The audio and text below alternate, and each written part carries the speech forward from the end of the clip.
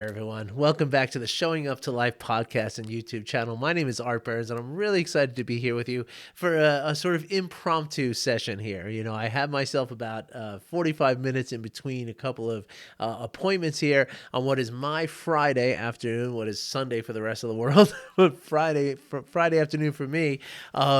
And so I thought I'd jump on and talk about something that's on my mind. And so, not sure how long this episode's going to be. We'll see. Okay, but there's a couple of practices I want to give to you around the topic of how we can cultivate kindness. Okay. So the Dalai Lama has a quote that I've referenced here on this podcast a few times and YouTube channel a few times here. The quote is, "Whenever possible, be kind. It is always possible." Okay, that's the quote. Whenever possible, be kind. It is always possible. Now, on its face and at its face value, if you will, it's hard to argue with that, right? There's never a time where it's impossible to be kind, right? That's true, right? We always have the choice to be kind, and it brings an important understanding to what kindness is, and more so what kindness is not, right? That kindness does not mean that we have to give anybody any special permissions or any special access to us or to leeway to do horrible things or anything like that, right? Kindness exists outside of that, right? Kindness is really just our intention, right? And it is true that in any circumstance that is possible, right? For us to espouse and embody that sort of intention of kindness, right? No matter what the circumstances.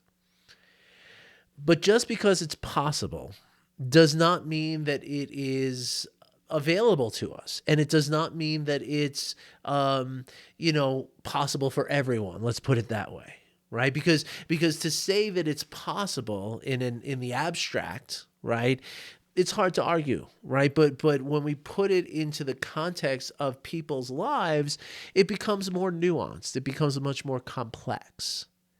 And so while it is impossible to deny that there's tons of modern neuroscientific research that has shown us that kind intention is a very valuable thing to our health.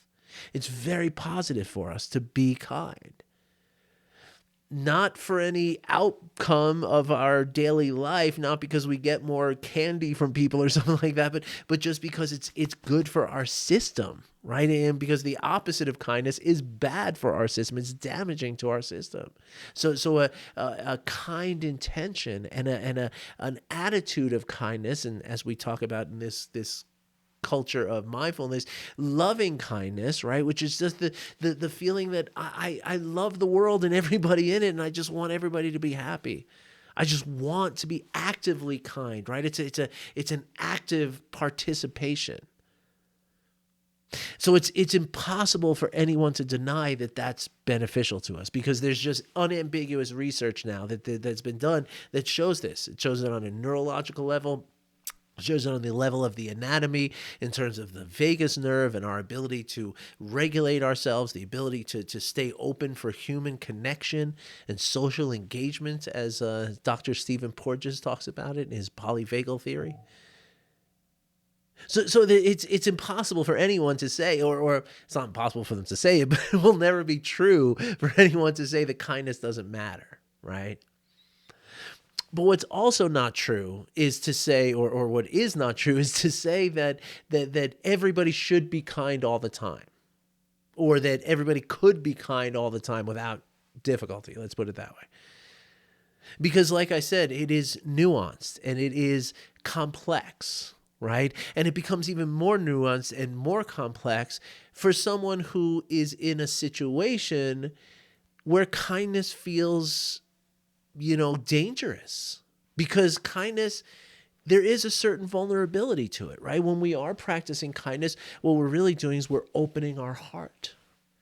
And we can't, open our heart and, in some situations, but not in others. If our heart's open, it's open. And yes, that means that we're vulnerable to things coming in and hurting us sometimes. Right, as the word loving kindness, right, comes from it's a translation from the Pali word metta, metta, And metta is comprised of two root characters in the Pali language, and the two roots are let me see if I can remember it. The second one is, it's a friendly rain. I think that's what it's called, right? So, or gentle rain, or gentle friend, I think that's what it is. So but anyway, the concept of this is, and I apologize for not researching, I didn't think I was going to talk about that, but the concept of it is that a gentle rain, right, is something that falls on everything evenly, right? So the gentleness of this, and the sort of equanimity of that, right? So that we're kind in all circumstances, we're kind in all interactions, right? And then the friend part is when we call it the gentle friend, that's what it is. It's coming back to me now, but the gentle part relates to that sense of a gentle rain that's gentle on everything all the same, right? But the friend part is also, promotes that equanimity, in the sense that a friend is a friend no matter what, right? A friend is with us in our times of, shining and doing things just beautifully, but a friend doesn't abandon us when we do something really embarrassing or really hurtful to ourselves or others, right? A friend is there no matter what. Right? So the concept of loving kindness is very much that sort of evenness, that sort of all encompassing holism, right? And that is vulnerable. There's no question about it. And maybe there are certain areas of your life that there are boundaries that are preventing you from going there. And so I say, honor those boundaries. I don't say ignore those boundaries. I don't say break through those boundaries. I don't say screw those boundaries. I say honor those boundaries, because they're there for a reason, right? They're there, maybe some of you. For me, I'll tell you where kindness always felt like thin and phony for me, right? Which is that I saw kindness out in the world, right? I could see it. I could see people being kind to one another. And I could notice that, and I could recognize it, and I could even appreciate it. But at the same time, I knew that I was going to go home later to a place where it was a desert of kindness, right? Where my family would trample kindness underfoot. And so it always felt like it was phony. It was like a cop out of some kind. Right. And so for me, it took a really long time of recognizing that there was a time where kindness was, or there wasn't a time where kindness was inappropriate. Right. But now that's my experience of and yes, there was abuse involved, and there was emotional abuse and abandonment and all that stuff. And that also played into that concept of, wait a minute, I can't be kind all the time. Right. And so there's certain people right now who are, maybe even somebody listening to this right now is in a current active abusive situation. And I would not ever, ever be the one to tell you, well, you should be kind anyway. It's just like I would never tell you that you must forgive the person who's abusing you. I would never say that to you. Who am I to say that? Who is anybody to tell you that? There's nobody who could tell you that. So again, I'm not going to say that you have to figure out a way to be kind and to be kind towards somebody who might be hurting you, or who has hurt you in the past, or who you worry might hurt you in the future, right? But at the same time, and so again, we're going to honor that boundary. We're going to say, okay, that's a person, or that's a situation, or that's a circumstance, that's an area in your life where kindness doesn't belong right now, right? And we're going to honor that. But at the same time, we're going to see it non-dualistically, and we're going to recognize that even though there are those areas of boundaries for me in my life, I still recognize that practicing kindness and developing kind intention, as Art told me, is neurologically proven to be important to me, to my well-being, to my health, to my ability to walk through this life in a way that is optimized for happiness and for well-being. So how can we accommodate both? Well, I'm really glad you asked, because that's the practice that I want to share with you, right? So now again, these practices can be used for anyone. Okay, it's not that you have to have this sort of boundary, right? But for some of you, some of you who have heard like just that concept of or the quote rather from the Dalai Lama, that it's always possible to be kind. Maybe that was enough for some of you. Maybe some of you have already stopped the video and are going and being kind now, and that's wonderful. But this practice and this message is, again, for those of us who have a hard time, where wait a second, it doesn't feel right to be kind. It feels like I'm, deceiving myself, the words escaping me, but I'm doing something wrong to myself. And so this practice there's two practices now that I want to talk to you about, okay? And these are for you, okay? So the first one is, again, we're going to honor the fact that there are areas in our life where kindness can't go right now. Now, I would love for you to put that word yet in there if you could, right? Like, so my kindness can't go there yet. Okay, but that might even, in and of itself, that might seem a little too scary. So let it go if that's the case. Okay, scratch it off, right? So instead, just put the words right now, right? My kindness can't go there right now, and just leave it at that. Okay? If you can stand the yet helps, because it leaves us open to something that might be different in the future. Language matters.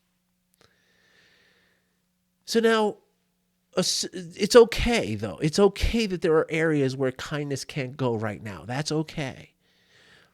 Because what's also true is that there are areas where kindness can go right now. There are areas where kindness is appropriate in your life. And I can tell you for sure, not knowing a single detail about you or your life, that there is one area where it is always appropriate, where it is never disadvantageous for you to practice kindness. And that is kindness for yourself. Okay, there is never, ever, ever a time where being kind to yourself is going to cause harm, is going to disrupt you in any way, is going to hinder you or hamper you or hold you back from anything. It is just not so. There is always an appropriateness for you to be kind to yourself. Always. So you can practice this. Because if you have boundaries where you're not willing to be kind to that person, then you probably think that you can't be kind to yourself, but you're mistaken. I say that with all the love in my heart. I almost said I did like the Fonzie thing. You're wrong, right? You're not wrong. It's a mistake. It's a delusion. It's something that you were made to believe. Wasn't your fault, but the belief is mistaken. And so you can cultivate this very simply.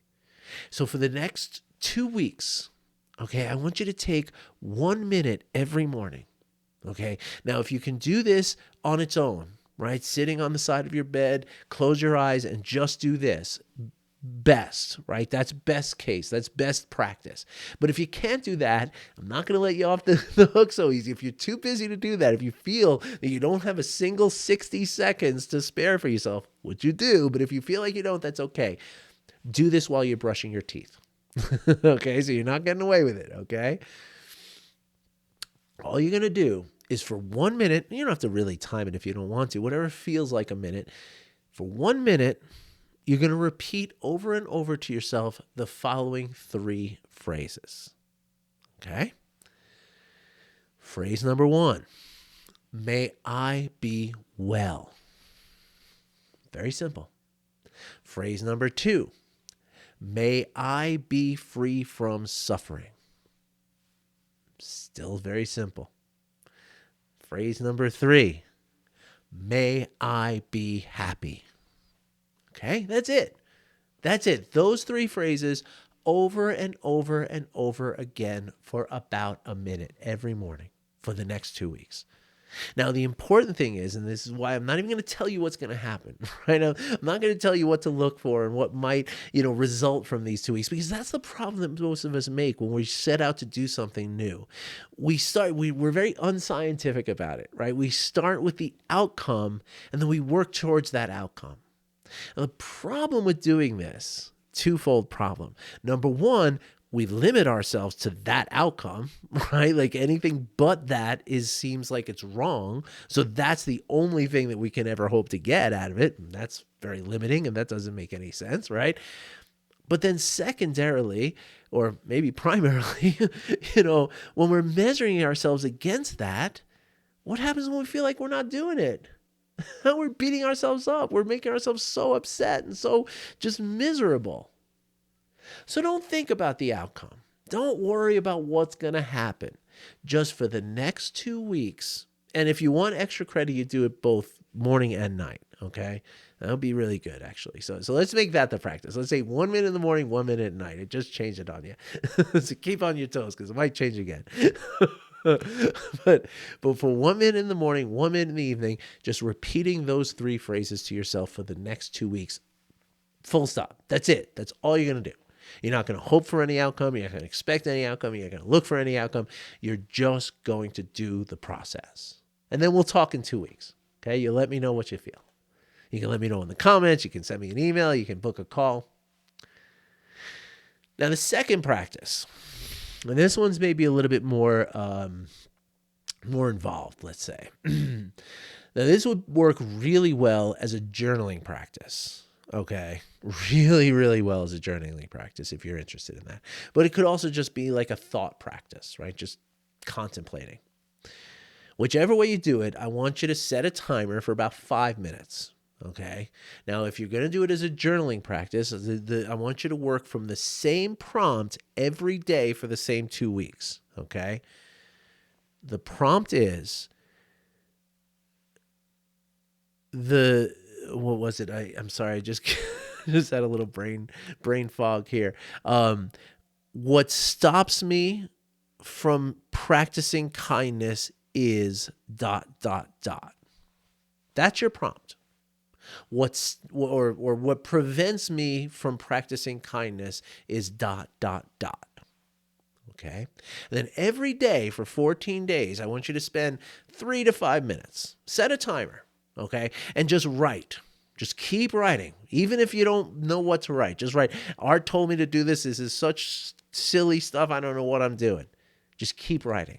Because eventually you're going to come up with a very articulate and very clear understanding of what exactly it is that's preventing you from being kind. Because it might not be what you think it is right now. Right? Or it might not be as broad as you think it is right now. In other words, you might feel right now that there's many reasons why you can't practice kindness. They're all over the place. But as you do this practice, you might find that the truth is it's really just this one thing, right? Or these 2 or 3 little things. These are the things that prevent me from practicing kindness. Now, once you've identified those, that's all the work. Now you're aware of it. And from that point forward, for the next rest of your life, right, you're going to work on that. You're going to slowly but surely, you're going to come to terms with that stuff. It might mean that some of those things are never a place of kindness for you in your whole life, and that's okay. But it might mean that some of them are changed, right? Some of them are, fixed, if you will. Right. But remember, the priority is not changing anything. The priority is not fixing anything. The priority is bringing awareness to it. Okay. That's really, really important because, as James Baldwin told us many years ago, not everything that is faced can be changed, but nothing can be changed unless it is faced. I'm paraphrasing. I might have gotten a couple of words wrong, but the idea though, is that until I really see it, can't really change it. And so again, you might be very surprised to find out that, the boundaries that you're perceiving to your ability to be kind all the time are not the boundaries that are really there. You might find that there's a difference. You might find that you were 100% correct, and that's okay too, right? But at least you know, right? And now that's where you're going to do the work. That's what you have to work with, okay? Or if you have any questions about this, you let me know. All right. Now I'll check my time here. I don't know how long I've been. My crooked glasses. Oh, 19 minutes. Okay. So, yeah, we're going to wrap it up a little early today because I don't want to just go on and talk just for the sake of talking. But I do want to ask you all a question for anybody who's actually still listening or still watching here. What do you want me to talk about? What do you want to hear about? I noticed that when I look, I see that, if I look at the analytics, I think I mentioned this the other day, that I see that there's some specific titles, like anything with self-compassion in it feels like it always gets more or more views, right? Tell me though, okay, I'm trying to figure it out. I want to give you what you need, okay? So if there's something that you thought about, and believe me, I mean, you may or may not be listening. You know who you are. Your first name starts with an S, and I'm not going to, out you here or anything. But somebody a couple of years ago actually sent me an email asking me if I could talk about addiction and mindfulness. Okay.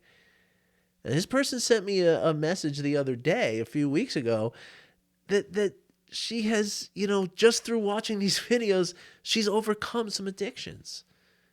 She doesn't smoke anymore. Her life is taking all kinds of positive turns. This is not a mistake, right? This is not a mistake. The stuff that I talk about here is very, very powerful. And so if there's something in your life that you're, grappling with, tell me what it is. Let me customize some of this content for you. Because, hey, listen, I can talk about whatever I want. I tell people all the time, like, I could just move this computer and just talk to the wall about this stuff, like I can do this all day, as you could probably imagine.